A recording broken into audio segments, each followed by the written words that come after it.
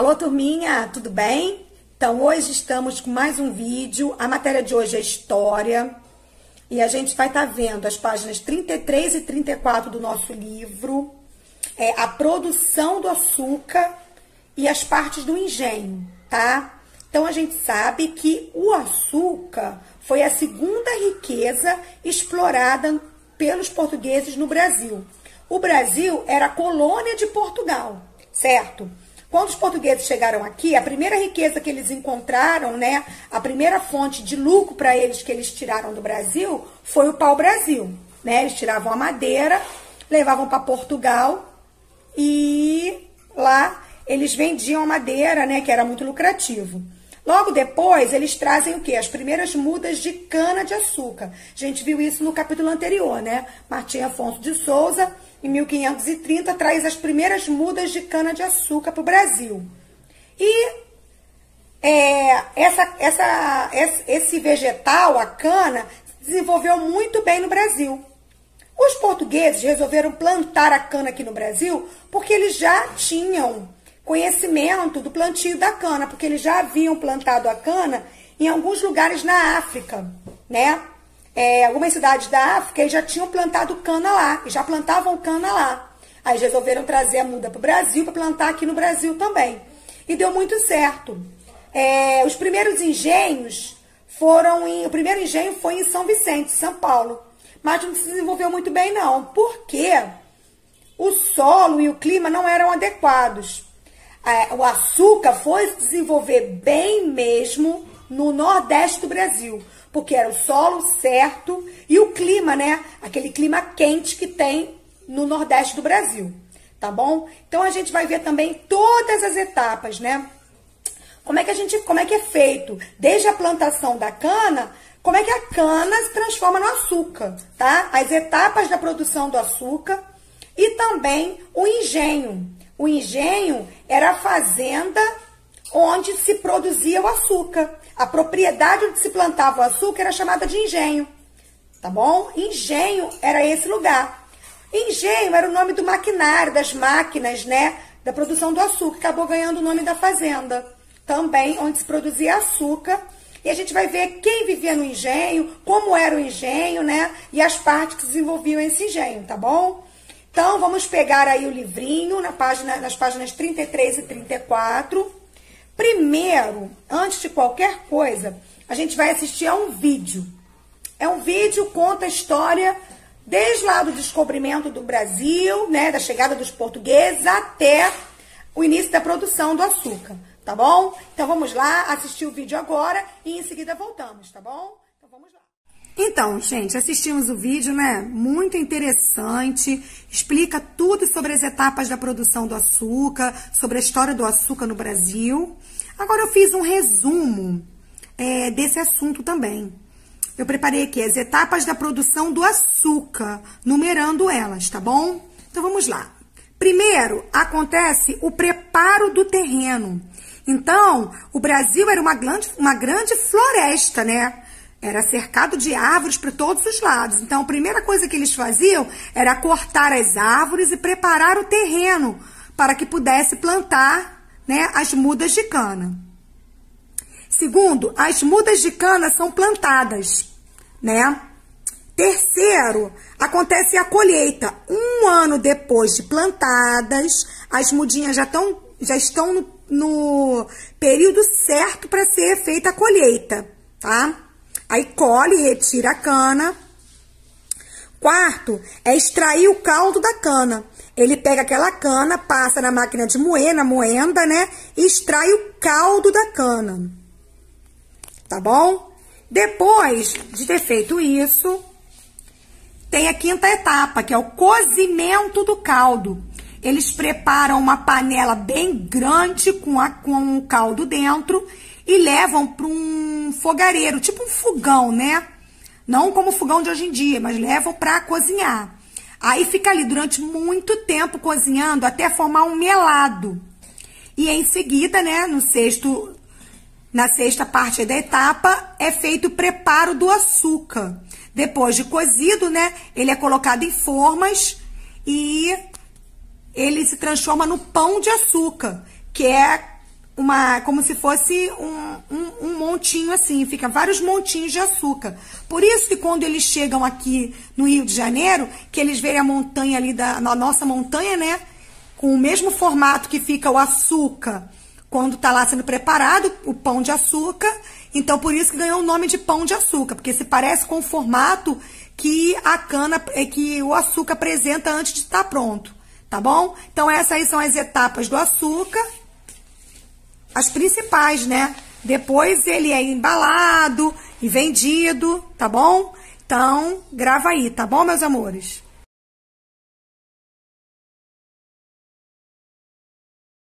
Depois que os portugueses chegaram ao território que hoje é o Brasil, algumas décadas se passaram antes que seus governantes se interessassem por estas terras, pois julgavam o comércio com o Oriente mais lucrativo.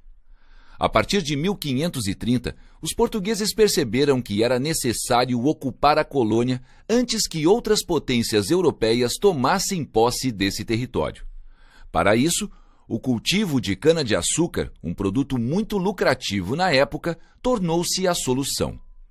A produção de açúcar na colônia permitiu a ocupação do território e a possibilidade de atrair investidores e render lucro para a coroa portuguesa. Muitas cidades litorâneas da região nordeste do Brasil se desenvolveram com o investimento nos engenhos de açúcar. A região mais próxima do litoral tinha um solo fértil e uma vasta rede hidrográfica que facilitava a comunicação e o transporte de mercadorias. A cana era transportada para o engenho em carros de boi ou em barcos. Os rios eram fundamentais para toda a produção açucareira, uma vez que neles era realizado o transporte da cana. Além disso, os rios moviam os moinhos dos grandes engenhos. Inicialmente, atribuiu-se o nome engenho para as instalações nas quais a cana era processada e transformada em açúcar. Depois, esse termo passou a designar o conjunto da propriedade açucareira, incluindo a própria plantação de cana. As atividades nos engenhos eram coordenadas por trabalhadores livres que fiscalizavam o trabalho dos escravizados. A primeira etapa de produção do açúcar era a moagem, feita logo depois de a cana ser limpa e preparada.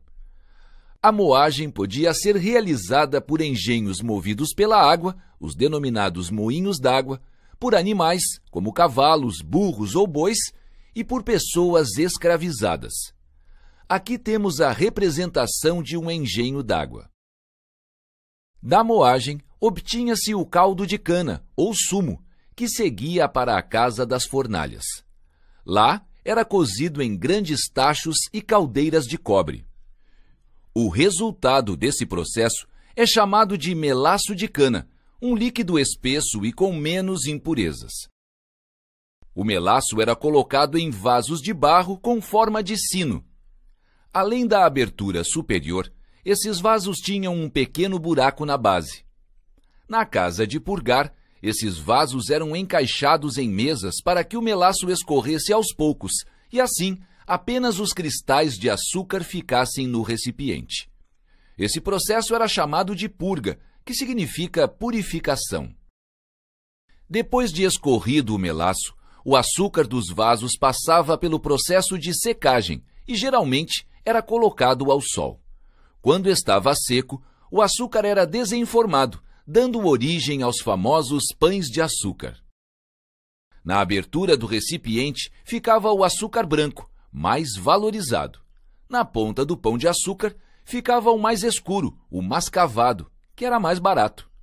Os diferentes tipos de açúcar eram separados, pesados e divididos.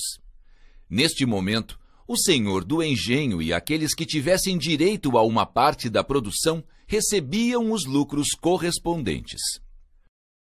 Finalmente, o produto era acomodado em caixas bem secas de madeira, vedadas com barro e forradas com folhas de bananeiras.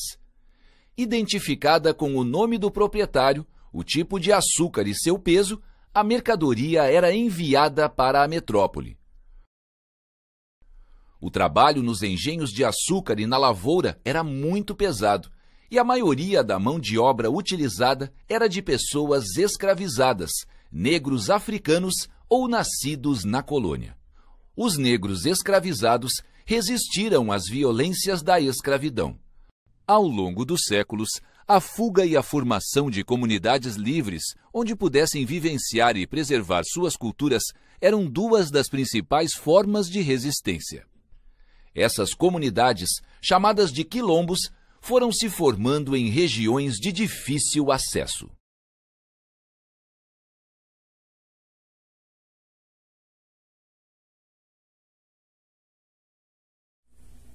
Então, vamos lá para o nosso livro, página 33, marca-texto na mão. Vamos lá. Na casa da moenda, a cana era espremida para se extrair seu caldo. Este era transportado em recipientes de madeira para a casa das fornalhas. Nesse local, o caldo era cozido até se transformar em melaço. O melaço seguia, então, para a casa de purgar. Casa de purgar, porque era o lugar onde era purificado esse melaço para virar o açúcar. Purgar significa purificar, tá? Onde era coado e colocado em formas de barro. Então, eram essas formas de barro que davam aquele formato que era chamado de pão de açúcar. Então, por isso que quando os portugueses chegaram aqui no Rio de Janeiro e encontraram a nossa montanha, né, e deram o nome a ela de Pão de Açúcar, porque era naquele formato que ficava o melaço depois que tirava dessas formas de barro. Ali, durante cerca de 2 meses, o melaço endurecia e era purificado. Depois, os chamados pães de açúcar eram retirados das formas e expostos ao sol. O açúcar era então pesado e embalado em caixas, com destino à Europa.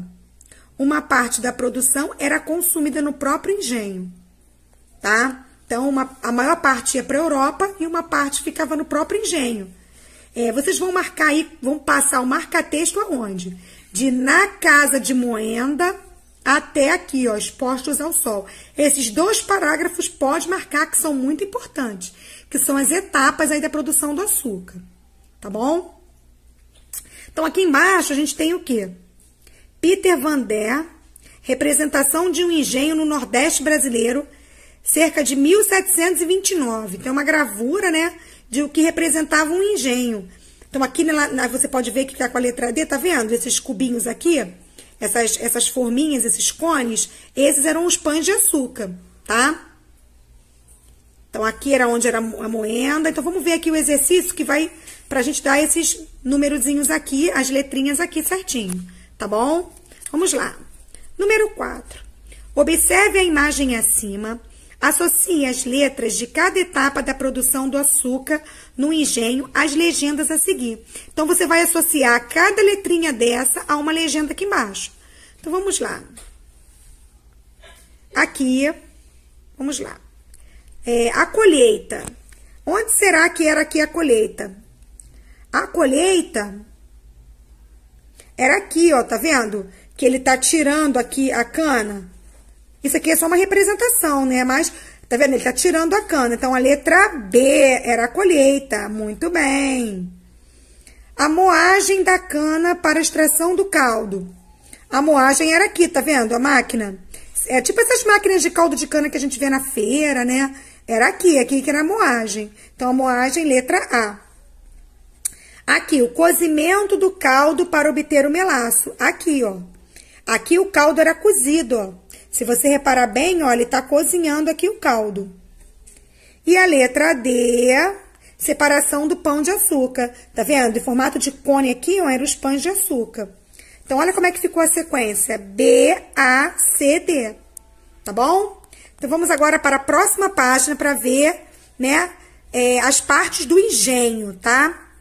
Vamos lá, na página 34, o engenho. A maior parte das terras do engenho era reservada ao canavial. O que era o canavial? A plantação de cana. Pode sublinhar isso. De a maior parte até canavial. Sublinhou? Vamos lá. Uma parte das matas era mantida para fornecer lenha às fornalhas. Além do canavial e das matas, diversos tipos de construções faziam parte do engenho. A vida no engenho girava em torno do seu proprietário, o senhor de engenho. Também vai marcar isso, de a vida no engenho até senhor de engenho, tá? Marcou? Muito bem. Ele era a autoridade máxima e controlava toda a vida no engenho. Nem todas as propriedades rurais possuíam o maquinário. Pequenas e médias propriedades pagavam a um senhor de engenho pelo uso de sua maquinária. Observe a imagem abaixo e conheça melhor o engenho. Então, como é que era isso? O senhor de engenho, ele era muito rico, né? Ele era a autoridade máxima dentro do engenho, ele era o dono da fazenda, ele era o dono de tudo. E tinha também alguns proprietários, eles até tinham terra, eles tinham terras, eles plantavam a cana, mas eles não tinham essas máquinas, a máquina de moer, a máquina de cozimento, ele não tinha. Aí o que eles faziam? Iam nesse senhor de engenho e pediam e alugavam, tipo assim, olha, eu posso usar o seu maquinário, as suas máquinas para produzir o açúcar e pagar você? Aí ele deixava, aí a pessoa ia lá, usava a máquina dele e pagava ele, entendeu? Porque essas pessoas mais simples, elas não tinham as máquinas eram caras. Só quem tinham eram os grandes proprietários mesmos, os grandes senhores de engenhos, tá? Então vamos ver aqui, ó. Aqui são as partes do engenho. Isso aqui é um engenho, ó. Franz Post, o engenho, 1668. Ele pintou essa tela, tá vendo? Ela representa o engenho. Vamos ver aí. Letra A. Tá vendo a letra A aqui, ó? A letra A, essa casa aqui, ela era chamada Casa Grande. Construção ampla, com vários cômodos, onde o senhor de engenho vivia com a sua família. Então, era a casa do senhor. Tá vendo? Era uma casa bem grande, ó. Bonita, né? Mas era uma casa na fazenda, no campo. Capela. Na letra B, lá em cima, ó, você tem a capelinha, tá vendo? É tipo uma igrejinha, né? Capela, pequena igreja onde eram celebrados eventos religiosos, como missas, batismos e casamentos. A letra C, desse lado, ó, tá vendo? Era a senzala. Aqui, ó, tá vendo? Isso aqui tudo era senzala, ó. Onde ficavam os escravos. Senzala, construção rústica em condições precárias, sem mobília, que era a moradia dos africanos escravizados. Então, como é que era a senzala? Era um cômodo bem grande, imagina uma sala enorme, enorme mesmo, bem grande. Não tinha nenhum móvel dentro, né? E ali que os escravos dormiam, eles forravam pano no chão e dormiam ali, tá bom? E na letra D, local destinado à produção do açúcar, lugar que contavam com a casa de moenda, a fornalha e a casa de purgar. Então era aqui, ó, tá vendo? Aqui nesse canto, aqui na letra D, aqui era o local onde fazia o açúcar. Esse local aqui, ó, era onde as etapas do açúcar aconteciam. Foi? Vamos lá. Número 1. Vamos lá para essa perguntinha e ver se a gente consegue, tá? Em sua opinião, qual das instalações destacadas não poderia ser construída hoje em uma propriedade rural? Por quê? Tá vendo aqui? Hoje, numa propriedade rural, eu poderia fazer uma capela? Sim. Eu poderia fazer, assim, essa parte aqui onde destinava a produção do açúcar? Sim. Poderia ter uma casa grande, boa na fazenda? Poderia. O que não poderia ter hoje em dia? Isso aí, muito bem. Não poderia ter a senzala. Escrevam aí, não poderia ter a senzala. Porque hoje no Brasil, graças a Deus, né, não tem mais escravos. Então a senzala não poderia ter. A resposta aí é a senzala. Por quê? Porque no Brasil não existem mais escravos. Tá bom? Então, nossa aulinha de história fica por aqui. Espero que vocês tenham entendido, tenham gostado, tá bom? Até a próxima!